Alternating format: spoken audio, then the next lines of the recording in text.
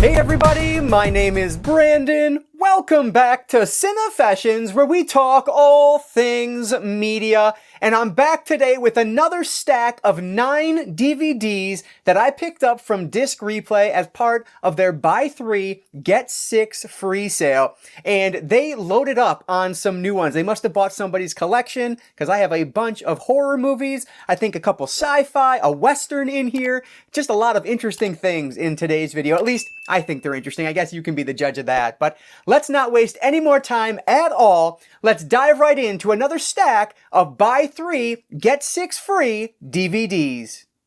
Let's start off with a double dip, and I think I may have mentioned this in one other video, maybe in passing, but this is a movie that I really enjoy. This is A Fistful of Dollars, so of course the first in the Man with No Name trilogy, and this one is interesting, and the reason I added it to my list to find is because this is the only way, as far as I understand it, where is it? I gotta find it here. There it is, that you can get the mono track for the audio on this one. The Blu-rays that I have, and from what I understand, the 4K releases from Kino, those don't have the original mono audio track like this one does, and it's supposed to be just the best way to watch this movie, according to, I think I will shout out Damn Fool Idealistic Crusade. I think he was the one that was talking about this in one of his excellent videos about the subject. So that's why I wanted to grab this. I want to see how it sounds compared to my Blu-ray, and it's just a great movie. This is an interesting looking release. You know what? I talked about it in my blind box video. That's where I talked about it, because this actually popped up in there as well. So could have saved a buck, but that's all right. This was still very cheap. So these are, I spent like $1.11 on each of these, I believe, if you do the math. So pretty darn good. But yeah, excited to check this one out. I've yet to watch it with this mono track, but I will definitely be doing that at some point here and just do a comparison between the, what I'm going to assume is the 5.1 or maybe even a 2.0 versus the mono here. But just a cool ad because of that audio track. This is A Fistful of Dollars. This one is actually available on 4K, and I think this might be Kino as well, but I've never seen the movie. I don't know too much about it, but it sounds interesting enough, so I figured I'll grab the DVD, and if I love it, I can upgrade The Last Castle. So a great cast on this one, Robert Redford, James Gandolfini, Mark Ruffalo, so should be really interesting from a acting perspective. It should be great. But I guess this is about a prison that essentially is being taken over by its inmates, is how I kind of understand it. So that sounds intriguing. I typically enjoy movies like that, and I'll see if this one is good enough to deserve that 4K upgrade or not. So looking forward to this one. This is The Last Castle.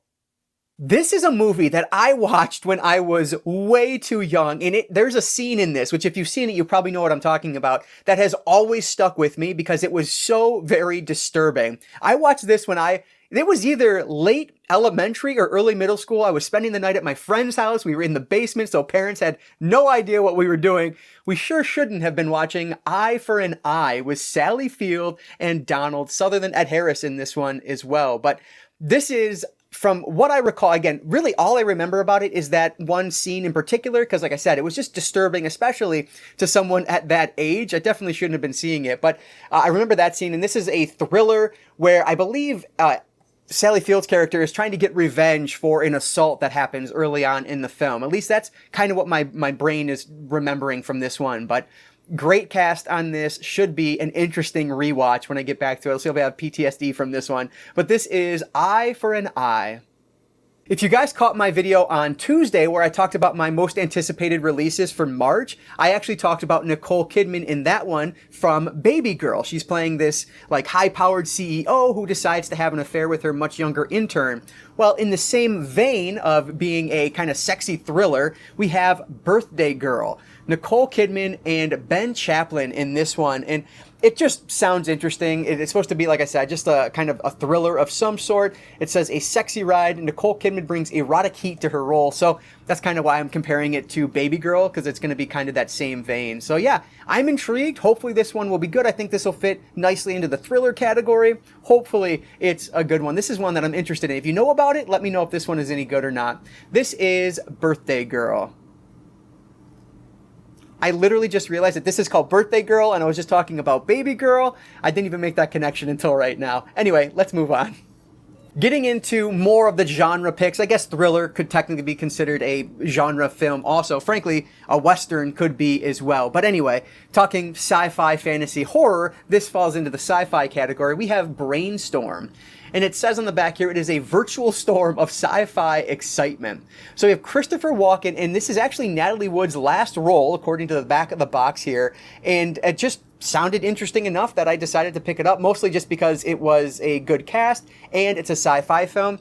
Finding genre movies, sci-fi, fantasy, horror at Disc Replay anymore is rare. That's why this trip the other day was such a unique experience, because like I said, somebody must have brought in their collection and this had to be a part of it. But yeah, this one, it says virtual reality researchers are determined to keep their high-tech invention from low-down tampering in Brainstorm. So I don't know. We'll see. Hopefully it'll be enjoyable. Let me know if you guys have seen this one as well. We have Brainstorm.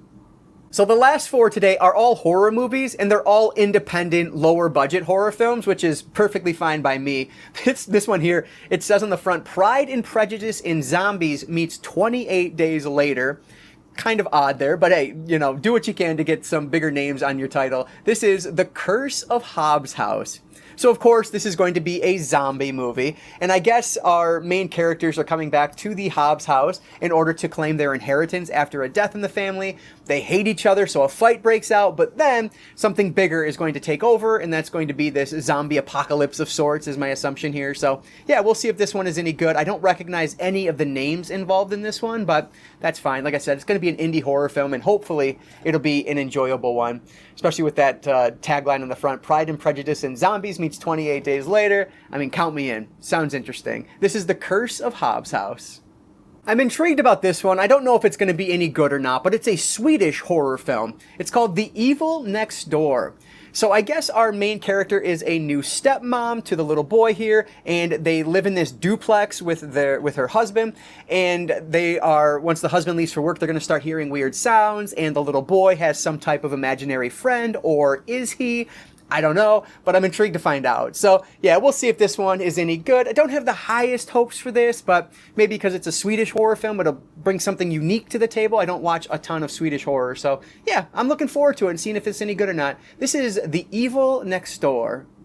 I was so excited to find these last two because they're part of a labels that I collect. So the first one here is part of the After Dark Horror Fest line.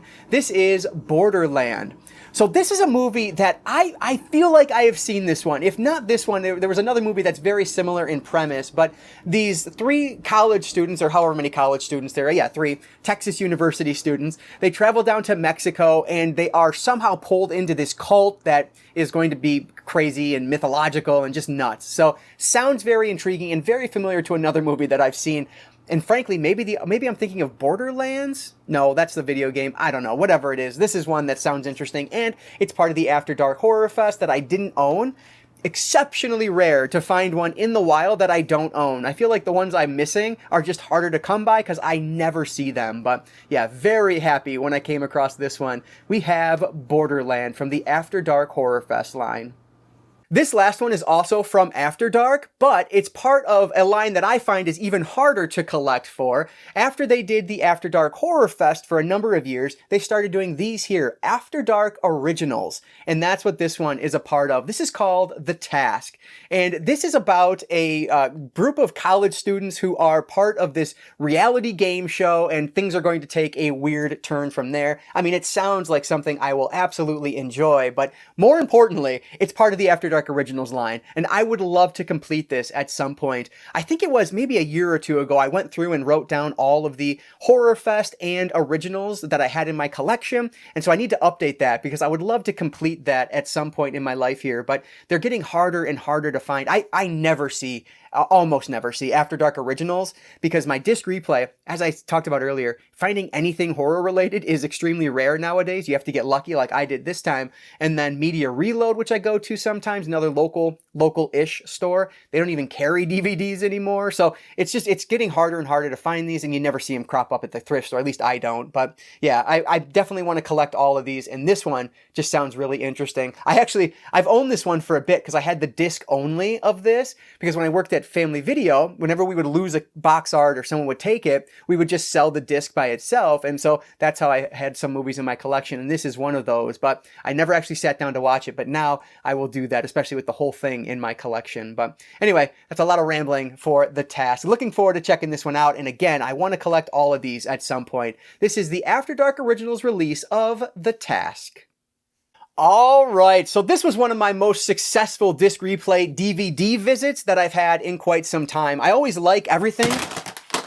And I'm dropping everything as I rock the camera, excuse me. But anyway, I'm going to keep going. I always like everything I pick up, otherwise I wouldn't pick it up. But for my money, I'm always looking for horror movies, sci-fi movies. And so this is what interests me the most. And so that's why I'm just so excited about these pickups. But I want to hear from you guys. What did you think about this haul? Do you guys collect any of the After Dark movies? I know some of you do. Adam, I think, is a person who collects those. Hype is Here Media. Actually, he changed his channel name. I'll link it down in the description below. But awesome guy. Check out his channel if you haven't. If you like what I do here, you're going to like what he does over there. It's a very, similar style. So I think he's an excellent channel worth checking out. But he mentioned in the past that he collects those as well. But I want to hear from you. Do you guys collect these? I would love to find out if there's any really hard to find ones or rarer ones. Let me know down below. But anyway, if you don't want to talk about that, leave any comment. That's always appreciated. So that is going to do it for today, guys. Thank you so much for checking out this video. I really do appreciate that. And before I let you go, I'll just encourage you all